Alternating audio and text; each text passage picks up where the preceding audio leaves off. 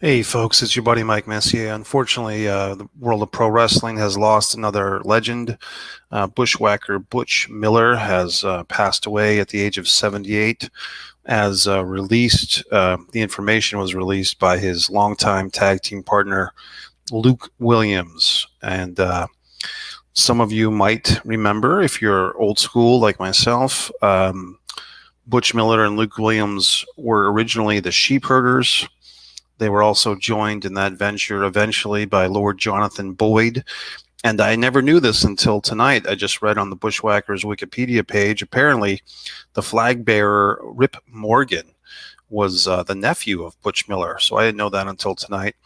I just did some research, basically the Wikipedia page of the Bushwhackers. But I remember, and I would recommend that. It's pretty interesting reading about the various members of the Sheepherders, and then of course the Bushwhackers over in the WWF, where to give them credit, they probably had their biggest fame and probably their most consistent paydays.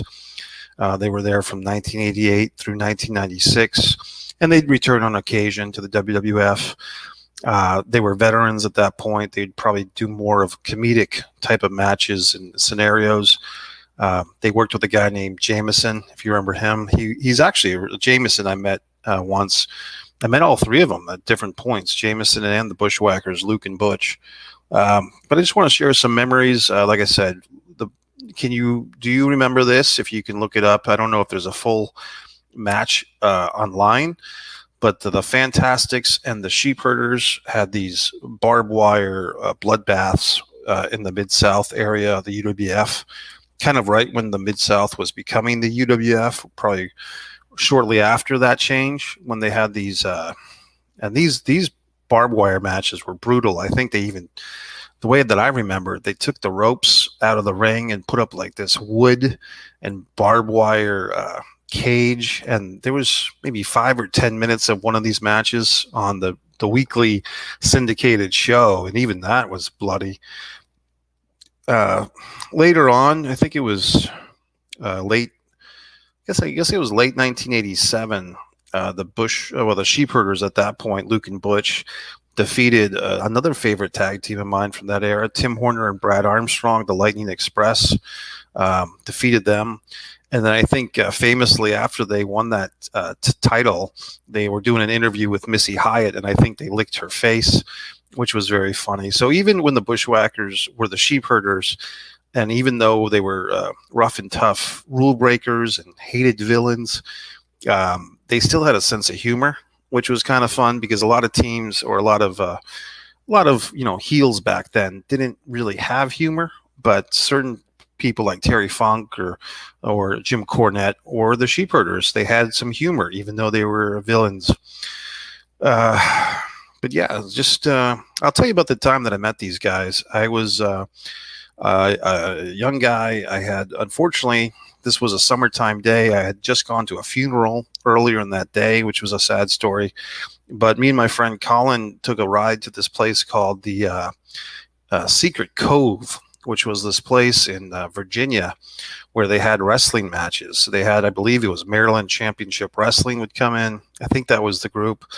And they would, I think Cue Ball Carmichael was the promoter.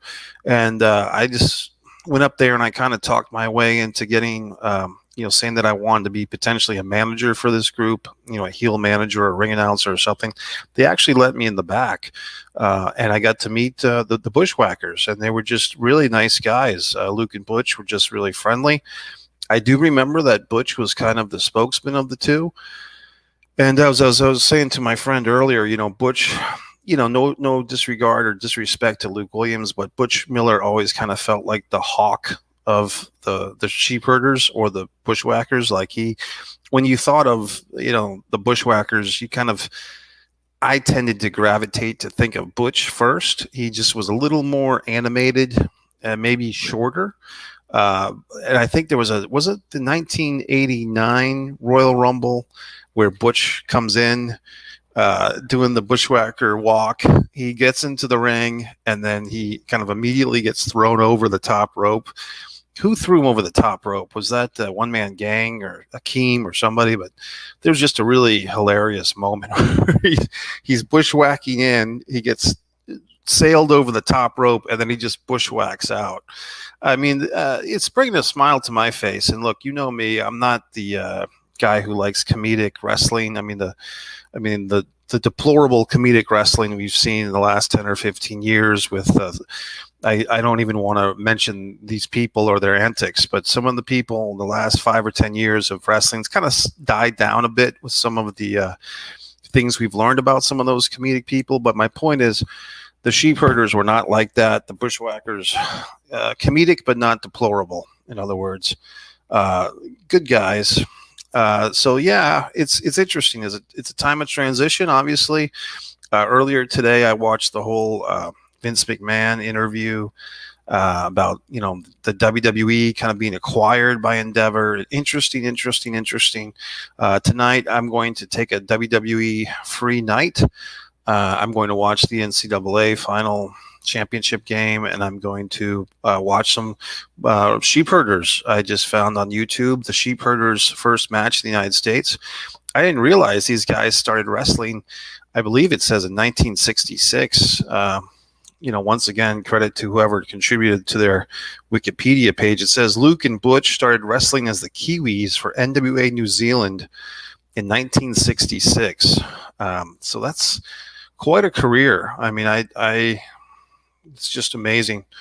It was nice to see that these guys were inducted into the WWE Hall of Fame. It was about 4 or 5 years ago, and they both were there. They were a little worse for wear, but I mean, that's the thing, folks. You just learned that some of our heroes, they're going to get older, like everybody does. Father Time is undefeated. If you happen to be watching this, I put the link to the Wikipedia page for the Bushwhackers. I just thought it was a good read.